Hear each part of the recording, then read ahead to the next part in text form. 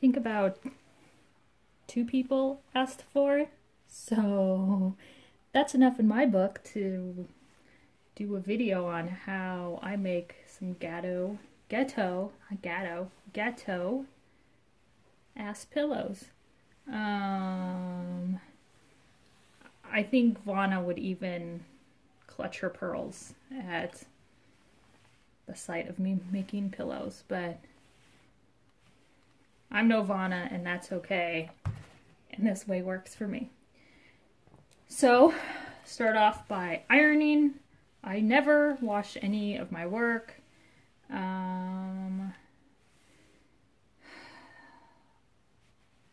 I dyed this piece a few months back. Not sure what I was going to stitch on it, and I knew I was going to do it one color and thought I'm going to go for some crazy ass fabric. And I opened up the box. This was the first thing on top, grabbed it, done. Really, it's that simple, people, for me, at least. So I'm ironing it. I just don't like how it gets hoop marks, and I know it's not going to matter in the end. I stitched this in one day, which was yesterday. I got this all stitched up. Yes, you can see I carry threads, but it's not going to matter doing a pillow. This is a primitive needle chart. I am not sure what it is, but I'll put the name of it down below. So these are the steps that I use to make a quick pillow. Nothing fancy. This will be pillow number 4 that I've made this way, and it totally works for me. And if it works for you, great, especially if you've never done a small pillow before and you're thinking that it's sort of crazy labor intensive. No, I'm going to show you the ghetto way. So pick this fabric, and I want to leave more of the fabric color to see than I usually do. I usually just do like a beige color, but since I stitched this on something kind of funky, I want more of that. So how much of an allowance do you leave? It's up to you. I think when I sew it, it's about 1/4 of an inch, and that's enough for me. So really, I just eyeball it. Now the first one that I did, I had cut the serged edge and then pulled out a thread just to make sure it was super straight. Yeah, no, I'm not doing that. So I'm just gonna eyeball it. Obviously give yourself more space than not, because once you cut, you can't go back.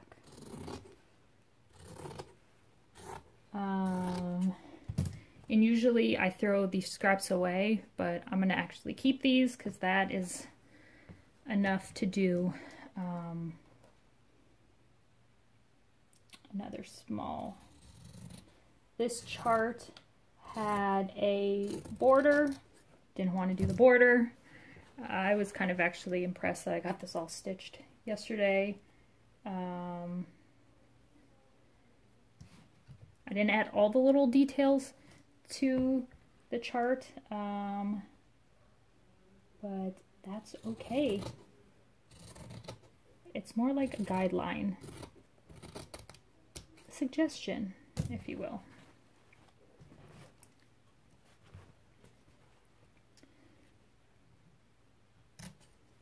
So keep that, and there you go. I'm going to cut a little off this bottom of it. Okay, so there is what I have cut out. Now, backing fabric. I'm using just simple black, and you know what this is? This is a bed sheet, a black, like top sheet, bed sheet. It works for me. I mean, yeah, it's on kind of the thinner side, but it totally works for me. Now, knowing if when I do more of these smalls, like summer, spring, whatever, then I will give more appropriate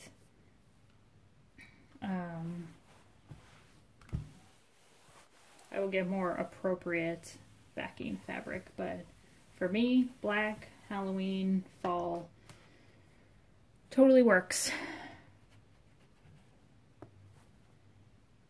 So I ironed the backing fabric, and all I'm going to do is just cut around and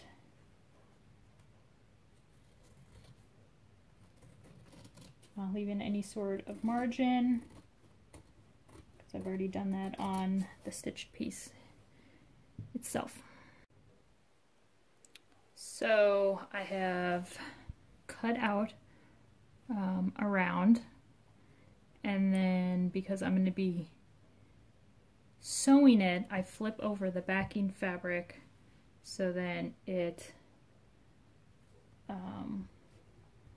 lines up, because then everything is opposite. I do use some pins, 4 of them, and just go around just to make sure that when I'm sewing it,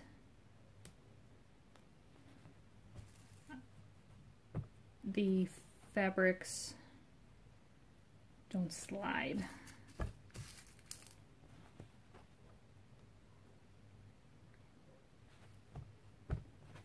I'm going to go to my sewing machine and sew all the way around. My margin, I think, is like 1/4 of an inch. You can go whatever you want. So I'm going to sew and then come on back. Alright, so I have stitched all the way around. That's right, do not leave an opening. Alright, and when you stitch, or when you sew, make sure it's the stitching part against the fabric. Take a pair of scissors and cut only the backing fabric. Don't cut both, because I won't be responsible for that mistake. Also, be conscious of where the hole is going to be. I prefer to be like more towards the bottom.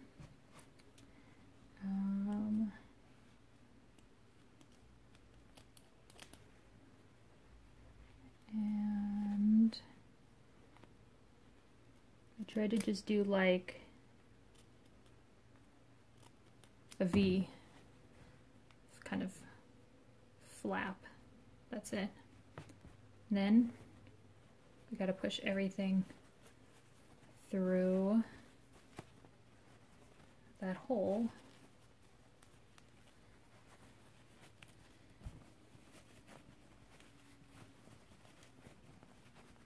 If you want to like,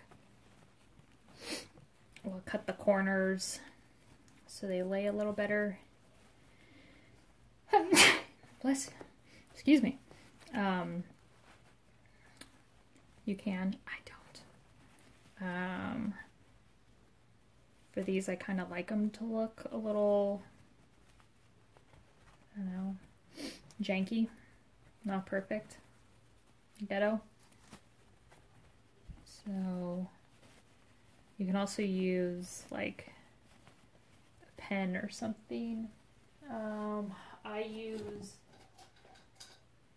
on my sewing machine, I have like a touch screen. So this is like the stylus thing you're supposed to use. And I've always used this for like popping out the corners. But you could use a pen, your finger, chopsticks.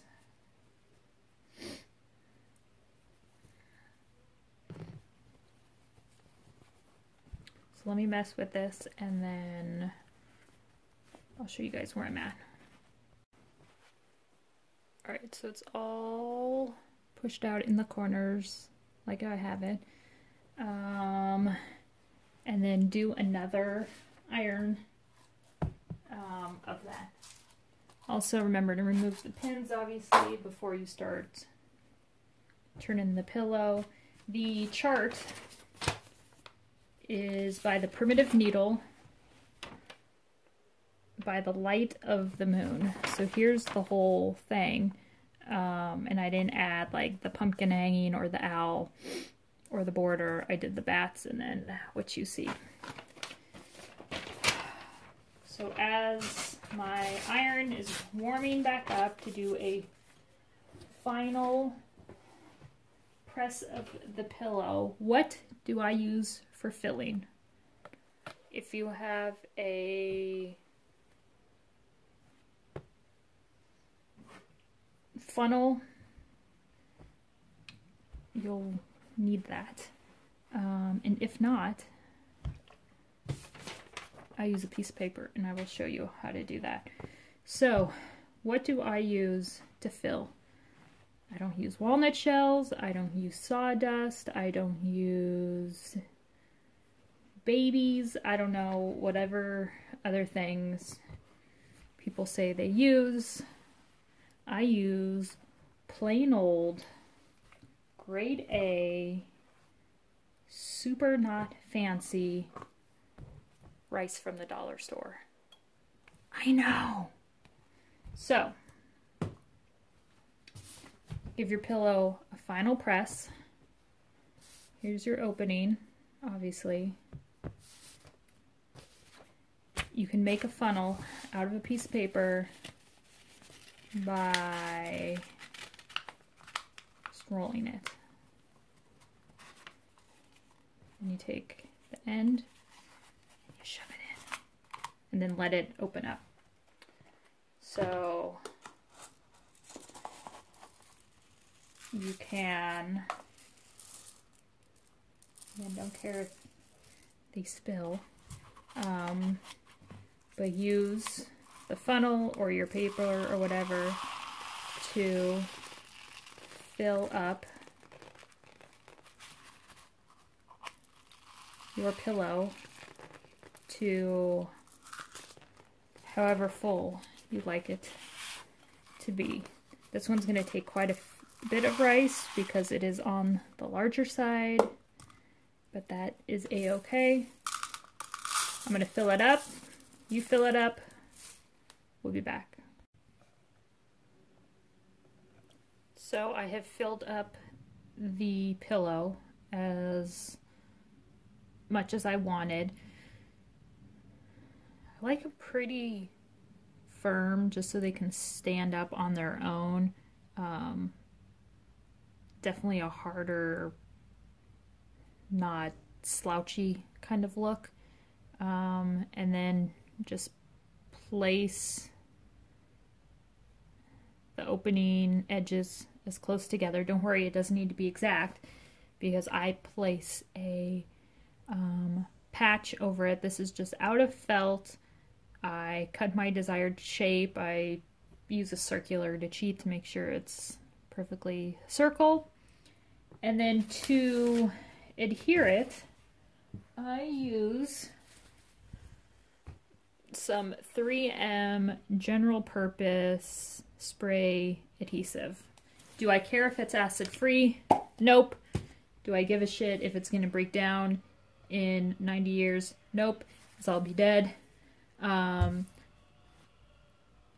probably do this in a ventilated area because you can kind of get a little bit of a headache off of it. I'm too lazy to go outside and spray.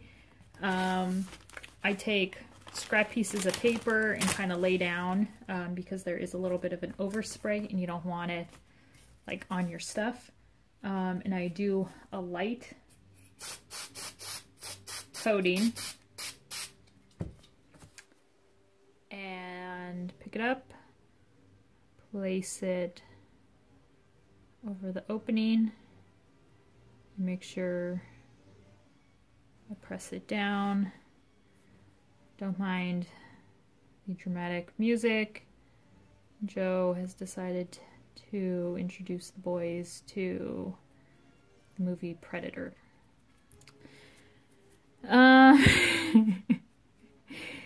So yeah, push it all down, especially in the middle. That's basically kind of an instant bond, instant dry sort of a thing. I let it sit there and dry as I clean up my mess.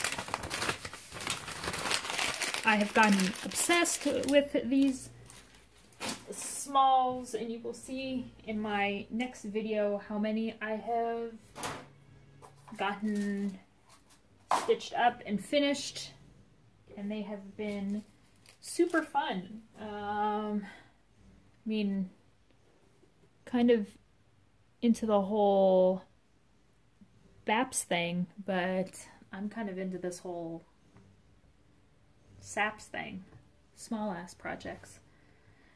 But yeah, don't be afraid to try making a pillow because it's super easy and I just showed you how. So I'm fine with that. Flip it over. Got some little hairs on it. You could take a frickin'